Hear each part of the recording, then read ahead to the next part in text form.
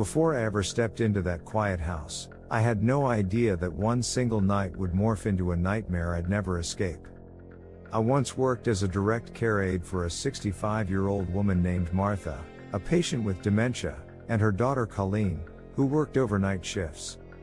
I had experience caring for others with developmental disabilities, but nothing prepared me for that fateful night. Colleen had left for work earlier, trusting me with Martha's care. Martha greeted me with a warm smile as Colleen led her upstairs for the night. She warned me that, due to her dementia, Martha might wander at night. I reassured her I knew what to do. So I settled in the living room, half watching TV while the hours crawled by. Then, in the stillness, I heard footsteps from upstairs. I called out Martha's name, no response, just the sound of her retreating back to her room, the door closing softly behind her. I shrugged it off and returned to my shows. About an hour later, while grabbing a sandwich from the fridge, I nearly dropped the plate when I saw Martha standing in the doorway. Shattered glass lay at her feet. I apologized and asked if she was all right, but she burst into frantic, confused screams. "Who are you? I don't know you." I managed to calm her, coax her upstairs, offer water and melatonin, and even as I left, I felt an unshakable dread. Exhausted, I later slept in a spare bedroom upstairs. My melatonin lulled me into a brief sleep, only for a series of relentless slams downstairs to jolt me awake.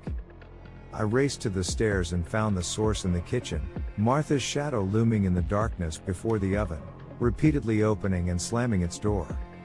I shouted her name, and she paused, turned slowly, and then charged toward me before disappearing upstairs once more. I followed, but as soon as I reached her room, the door slammed shut. I knocked frantically, and inside I saw her standing by her bed, staring blankly at the wall. I helped her back into bed, and I prayed that would be the last of it. Thinking I'd finally secured the night, I returned to the spare room and tried to stay awake. But sleep claimed me again. When I woke, the room was plunged in darkness, and my alarm was silent. That's when I noticed the closet door was ajar, a dark head peeking out. My blood ran cold. I called out Martha, until the door creaked open and there she was again, murmuring, "Who are you? I don't know you." In a panic, I reached for the lamp and flipped it on, only to reveal Martha clutching a huge kitchen knife. In that heart-stopping moment, everything changed. No longer a confused patient, she was a threat incarnate.